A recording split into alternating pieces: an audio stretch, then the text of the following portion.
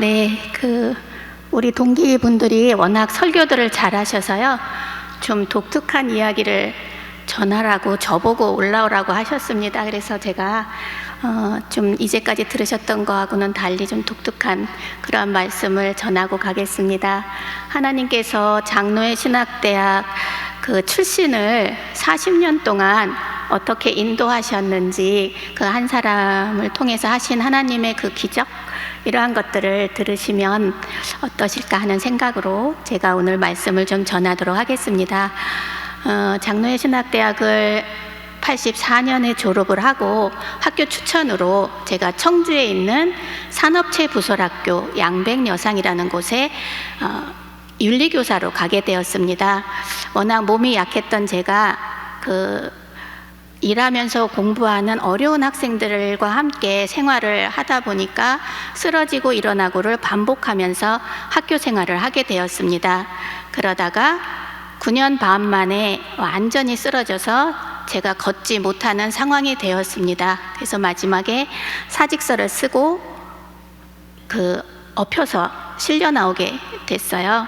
그리고 실려 나온 상태에서 걷지 못하니까 뒹굴뒹굴 하면서 제가 투병 생활을 시작을 했습니다.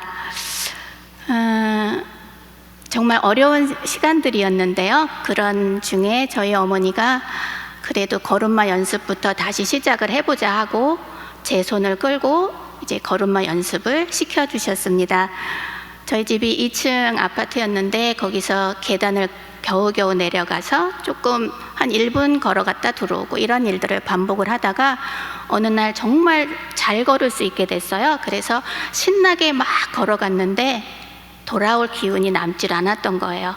그래서 제가 그냥 길에 주저앉아서 집에 돌아오지를 못했어요. 근데 마침 경찰차가 지나가더라고요. 그래서 경찰차를 잡았죠. 제가 이만저만해서 집에 못 가고 있다 그랬더니 얼른 태워주더라고요. 차로 돌아오니까 금방 저희 집 앞에 도착을 했어요. 때가 11시 지금 무렵이었는데 동네 꼬마들이 놀다가 경찰차가 들어오니까 막 뛰어온 거예요.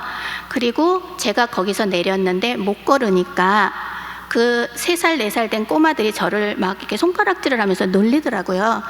제가 굉장히 마음이 상했어요. 나는 이제 아이들에게 놀림 대상이구나 하고. 근데 저희 윗집에 살던 3살짜리 꼬마가 오더니 여기를 이렇게 쓸어주면서 많이 아파? 많이 아파? 하는데 제가 그 4글자에 마음이 녹았어요. 사람한테는 많은 말이 필요한 게 아니구나. 어린아이가 많이 아파해주는 이 말도 사람에게는 큰 위로가 되는구나. 이거를 제가 깨닫고 아파트 계단을 기어 올라갔어요. 걸을 힘이 없으니까 기어 올라가는데 느닷없이 내가 지금 무릎이 있으니까 길 수 있지. 내가 무릎이 없으면 길 수도 없는 건데 무릎 있는 게 정말 감사한 일이구나. 제가 그 생각을 하면서 올라갔어요. 그리고 무릎이 있는 게 너무 감사하다고 그 당시에 베트남 선교를 가셨던 아까 기도하셨던 김덕규 선교사님께 엽서에다 그렇게 써서 보내드렸어요. 근데 나중에 그 말씀을 두고두고 하세요. 그때 선교할지에 가서 많이 어려웠는데 내 동기는 무릎으로 기는 게 감사하다는데 힘을 내야지 하고 그 글이 힘이 났다고. 제가 그렇게 무릎으로 기면서 걸음마 연습을 하고 다시 걷게 됐어요. 그리고 상담 공부를 했던 게 있기 때문에 상담실에 가서 자원봉사 활동을 했는데 학교를 떠난 많은 아이들을 그때 만나게 된 거예요. 조직에 있는 애들도 만나고 삶이 피폐해진 너무 많은 아이들을 만났어요. 아이들이 학교를 떠나면 어떻게 되는지를 그때 알게 됐어요.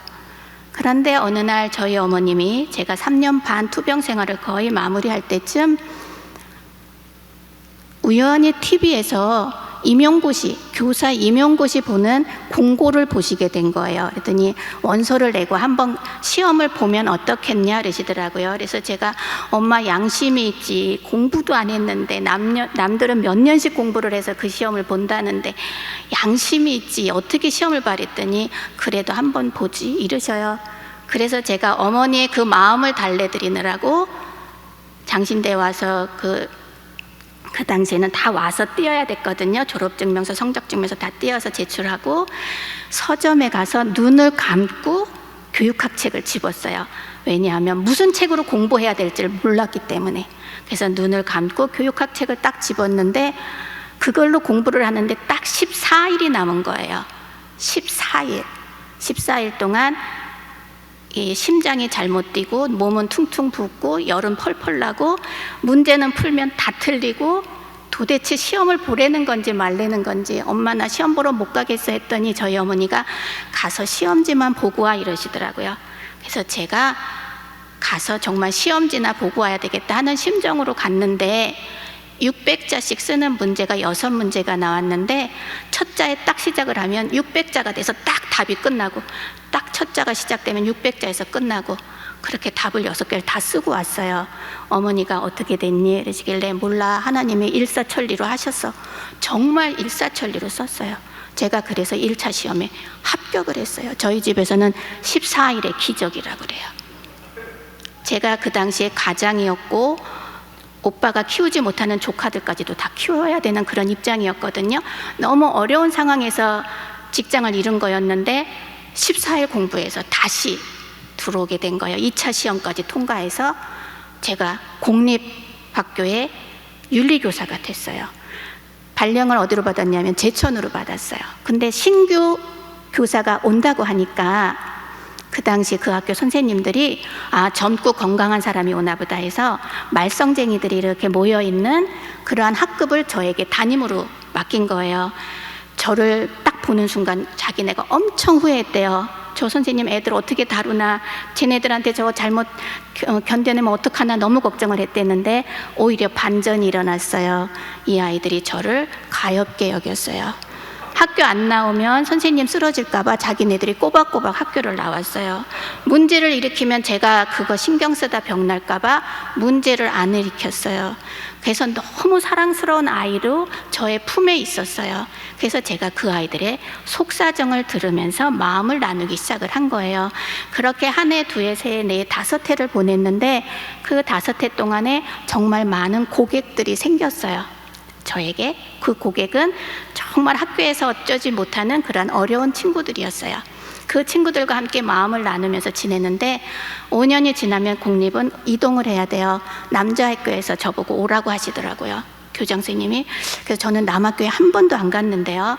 제가 남학생들을 어떻게 잘 교육할 수 있을까요? 했더니 괜찮을 것 같다고 오라 그러시는데 전화가 왔어요. 선생님 우리 학교 온다며? 그러고 그래서 네 선생님 저 그쪽 학교로 가게 됐어요. 그랬더니 여기는 상담 없어. 상담할 필요 없어. 그러셔. 남학생은 상담 안 하냐? 그랬더니 응 상담 안 해. 욕만 몇 마디 배워와 그러시더라고요. 그래서 욕은 왜요? 그랬더니 남학생들은 욕만 하면 다 평정이 돼. 그래서 남학생들 욕을 하면 되는 거구나. 저 지금까지 욕 한 번도 안 했거든요. 근데 그 이야기를 듣고 그 학교를 갔어요. 정말 상담실이 없더라고요. 그래서 제가 여긴 상담 안 해도 되는구나로 교무실에서 앉아있는데 두 번째 날 아주 키가 큰 딱 벌어진 남학생이 교무실로 저를 찾아왔어요. 선생님, 남유미 선생님이시죠?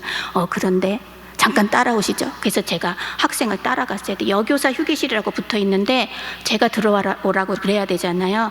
근데 학생이 저보고 선생님 들어오시죠. 그래서 제가 따르려 들어갔어요. 그렇게 큰 남학생이 8명이 서 있더라고요. 그랬더니 그 8명의 학생이 갑자기 차렷 격리하더니 저한테 90도 각도로 딱 격리를 하는 거예요. 그래서 무슨 일이야? 했더니 제가 있던 그 여학교의 고객들이 이 학생들의 여친들이었어요. 우리 선생님 그쪽 학교로 가니까 잘 모시라고 그랬다고. 그래서 저희들 인사드리러 왔습니다 하는 거예요. 그래서 제가 그 남학생들의 인사를 받고 그 학교에서 생활을 시작했는데 선생님 저희도 상담해 주셔야 됩니다. 어떤 학생은 막 저는 복학생입니다. 일주일에 2번 해주셔야 됩니다. 제가 막 협박받아가면서 일주일에 2번씩 상담을 하고 해서 이 학생들을 어떻게든 졸업시키려고. 왜냐하면 저는 학교를 떠난 아이들이 얼마나 어려운지를 알았으니까 어떻게든 졸업시키려고 제가 정말 별짓을 다 하면서 이 아이들을 졸업을 시켰어요. 거의 끝 무렵에 그 학교에서 이제 거의 제천 간 지 이제 10년 무렵에 그 학생들이 도저히 학교를 못 다니겠다고 나간 거예요. 그래서 제가 교장 교감 선생님께 그 학생들을 교실로 안 보내고 따로 좀 데리고 있게 해달라 이렇게 부탁을 해서 그 아이들을 위한 별도의 수업을 했어요. 그렇게 모인 학생들이 7명이에요. 7명의 학생과 함께 활동을 했는데 이게 우연히 교육부에 알려졌어요. 그 교육청 평가를 하러 왔다가. 그래서 교육청에서 평가를 하던 중에 제 이 프로그램을 보더니 이거를 전국에 보급해야 되겠다. 학교를 다니기 싫어하는 애들이 떠나서 대안학교 가듯이 교실에 있기 싫어하는 애들을 학교에서 내보내지 말고 대안교실에서 수업을 할 수 있도록 하자. 그래서 제가 그 모델처럼 뽑혀서 그때부터 아주 정신없는 생활을 시작하게 됐어요. 제가 했던 활동이 전국으로 퍼져나간 거예요. 그리고 제천에서 청주 여중으로 다시 발령이 돼서 청주로 갔는데 제가 있던 그 청주 여중에 위클래스라고 하는 위기 학생들을 위한 시를 모델하우스처럼 우리나라 1호로 만들어줬어요. 그리고 전국에 있는 학교들은 와서 이 학교처럼 위클래스를 만들어라. 그래서 지금 교육부에서 운영되는 이 위 프로젝트라는 프로젝트가 이렇게 시작이 된 거예요. 그리고 위클래스가 그렇게 만들어졌고 이 위클래스가 현재 전국에 6,931개가 있어요. 저는 그냥 하나님이 시키시는 대로 그렇게 했을 뿐인데 6,931개 점점점 늘어날 거예요. 어느 날 어느 분이 전화를 하셨어요. 학교는 어떠세요? 학교요? 네, 대안학교 만듭시다. 그래서 공립의 위스쿨이 만들어졌어요. 제가 있었던 은여울 중학교는 바로 그 위스쿨이에요. 정말 학교에서도 어쩌지 못하고 손 놔야 되는 학생들이 위스쿨에 와서 특별한 프로그램으로 교육을 받고 졸업을 해서 정상적으로 고등학교도 가고 올해는 그 은여울 고등학교까지 지금 만들고 있는 중이거든요. 그렇게 됐어요. 근데 이렇게 되다 보니까 사람들이 갑자기 저한테 이게 조명이 되면서 뭐 방송에도 나가고 신문에도 나가고 제가 제주도부터 저기 인천까지 막 돌아다니면서 했던 프로그램들을 보급하고 강의를 하러 다니는데 많이 물어봐요. 어떻게 이게 가능했냐? 연구를 몇 년 했냐? 그래서 저 연구 안 했다. 연구도 안 했는데 이게 가능하냐? 네, 저는 그 아이들하고 그냥 친했을 뿐이다. 어떻게 그 아이들하고 친하냐? 그렇게 학교를 싫어하고 다 이렇게 거부적인 아이들하고 어떻게 친했냐? 그래서 제가 그때 하는 말이 저 무릎 꿇어가면서 친하게 됐는데요. 이렇게 제가 답변을 했어요. 돌이켜 생각을 해보니까 한 학생이 그 언니들 여러 명을 대상으로 해서 이렇게 무릎을 꿇고 앉아서 당하는 그런 일이 있었는데 아이들이 저에게 그 소식을 알려주고 빨리 선생님 개 좀 구해주세요 해서 제가 달려갔거든요. 너무 많은 거친 여학생들이 있었어요. 그리고 그 앞에 아주 여린 학생 하나가 무릎을 꿇고 있었어요. 말 전달을 잘못해서 그 일을 겪은 거예요. 이 애들을 어떻게 말리냐고요. 제가 그 아이 옆에 무릎을 꿇었어요. 근데 그렇게 막 해대던 그 아이들도 저의 고객인지라 선생님 왜 그러세요? 갑자기 왜 그러세요? 그래서 사람 위에 사람 없고 사람 밑에 사람 없다. 다 존중받아야 될 사람들이다.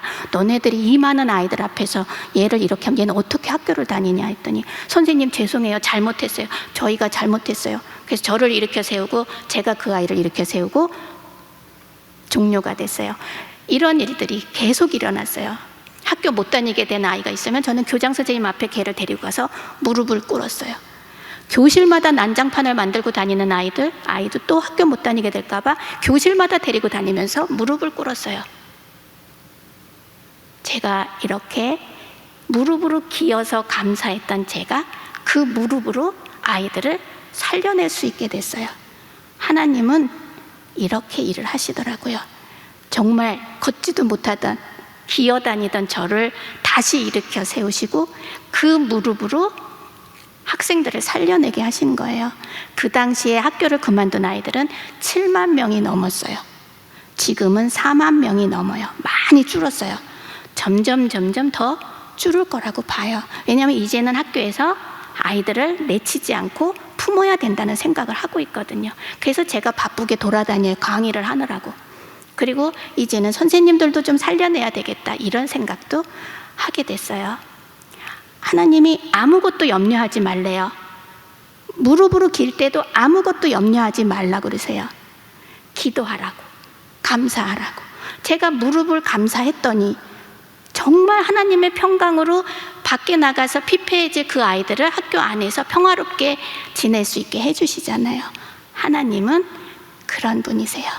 40년 동안 하나님이 저와 함께 하셨던 일을 15분에 요약해서 지금 말씀을 드린 거거든요.